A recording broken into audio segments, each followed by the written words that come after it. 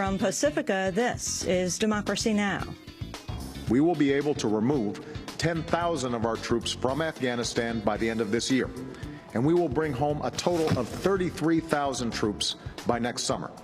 President Obama plans to draw down U.S. troops in Afghanistan, still leaving more there than when he came into office.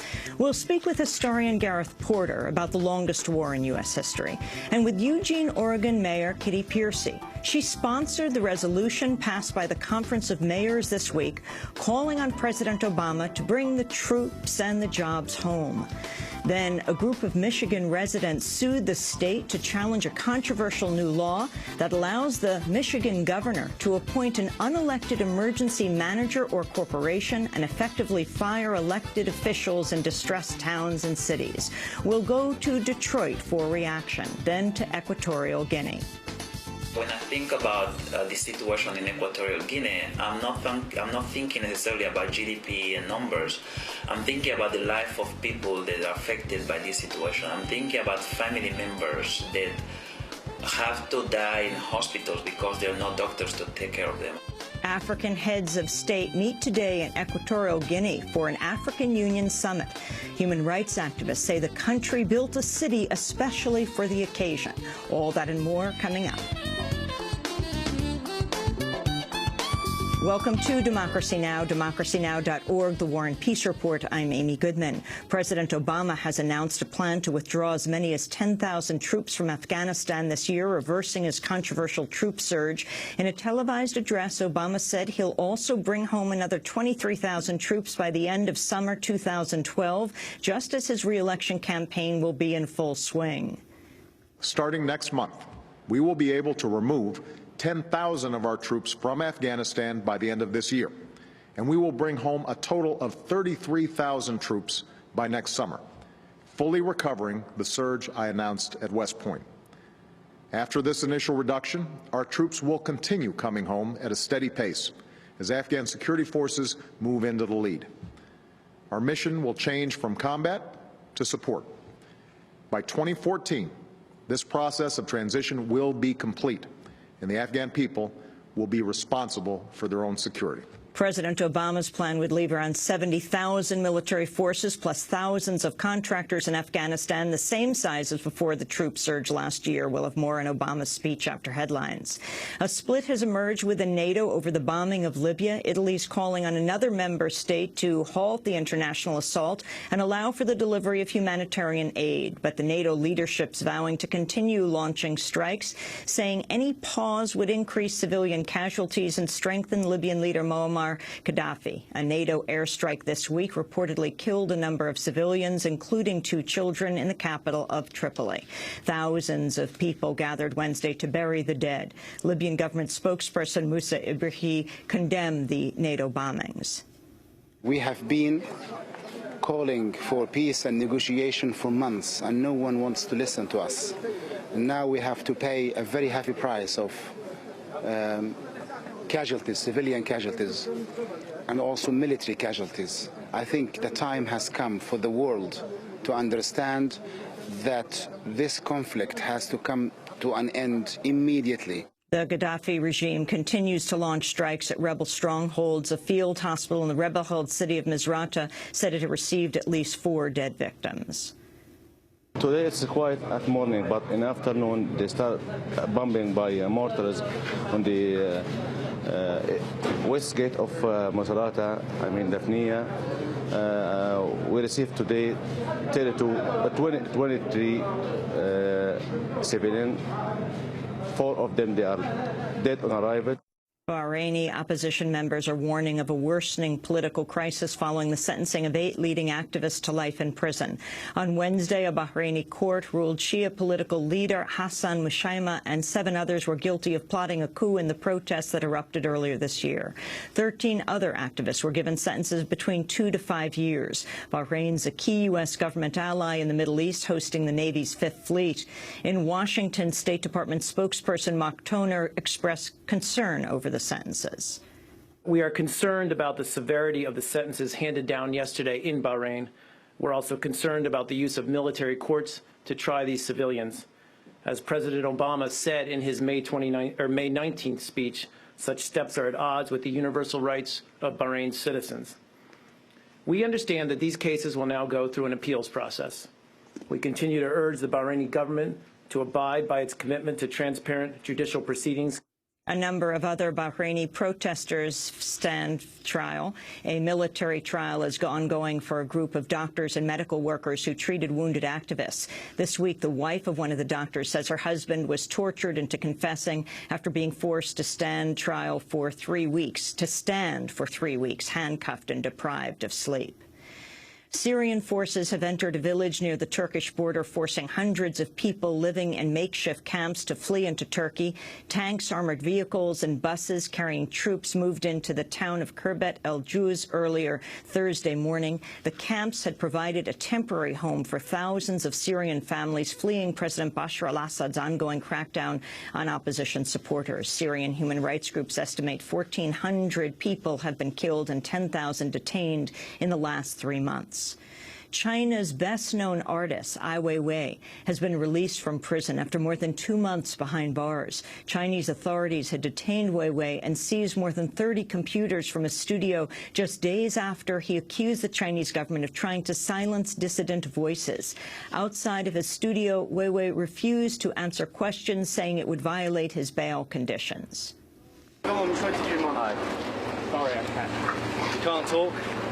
You're not allowed to talk? I'm on probation, sir.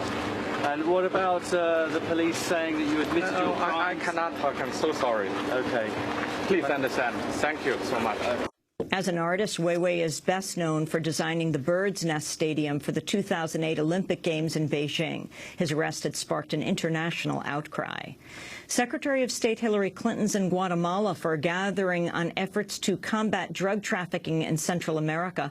On Wednesday, Clinton said the U.S. will increase funding for regional drug war efforts by $40 million. Clinton also called on Central American countries to ensure wealthy citizens are paying their share of taxes. The countries represented around here and the extraordinary leaders who are here on behalf of their countries must have the resources they require. Businesses and the rich in every country must pay their fair share of taxes and become full partners in a whole of society effort. True security cannot be funded on the backs of the poor. The militarized drug war in Mexico has pushed violent drug trafficking organizations into impoverished areas, particularly in the nations of Honduras, El Salvador, and Guatemala. Central America is now considered the most dangerous area in the world outside an active war zone. Federal Reserve Chair Ben Bernanke has raised the possibility of new government stimulus measures should the U.S. economy continue to show a slow recovery. On Wednesday, Bernanke said he would consider cutting interest rates and purchasing Treasury securities. The official unemployment rate hit 9.1% last month, the second consecutive increase. As indicated in today's policy statement, the economic recovery appears to be proceeding at a moderate pace, though somewhat more slowly than the committee had expected, and some recent labor market indicators have also been weaker than expected. For example, the unemployment rate has risen by 0.3 percentage points since March, and new claims for unemployment insurance have moved somewhat higher. A New York Times reporter who helped uncover the Bush administration's secret domestic spying program says he continues to face government surveillance and harassment under President Obama. In a new affidavit, James Risen says government monitoring of his incoming and outgoing phone calls has carried over from the Bush years. Risen has been subpoenaed twice to reveal his sources for a 2006 book on the CIA, in which he detailed the CIA's role in disrupting Iran's nuclear program.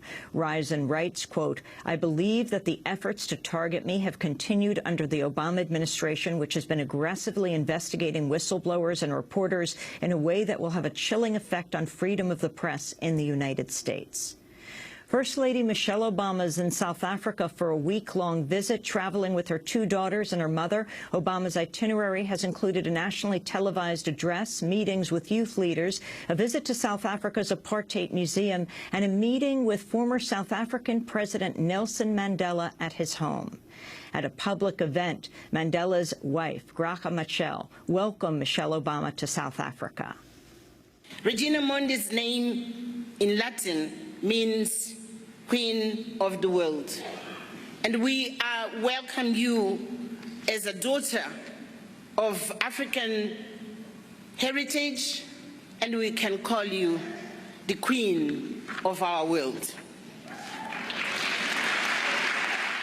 Michelle Obama's visit is being described by some as a turning point in how many South Africans perceive the U.S., which supported the apartheid government under the Reagan administration. In news from El Salvador, an environmental activist has been killed after speaking out against a mining project in a northern region. Juan Francisco Duran Ayala is the latest in a string of activists to be killed after denouncing the Canadian gold mining company Pacific Rim in its efforts to mine the area of Cabañas. A community youth radio station, Radio Victoria, has also received repeated death threats for covering the story. Lisa Fuller represents the Committee in Solidarity with the People of El Salvador.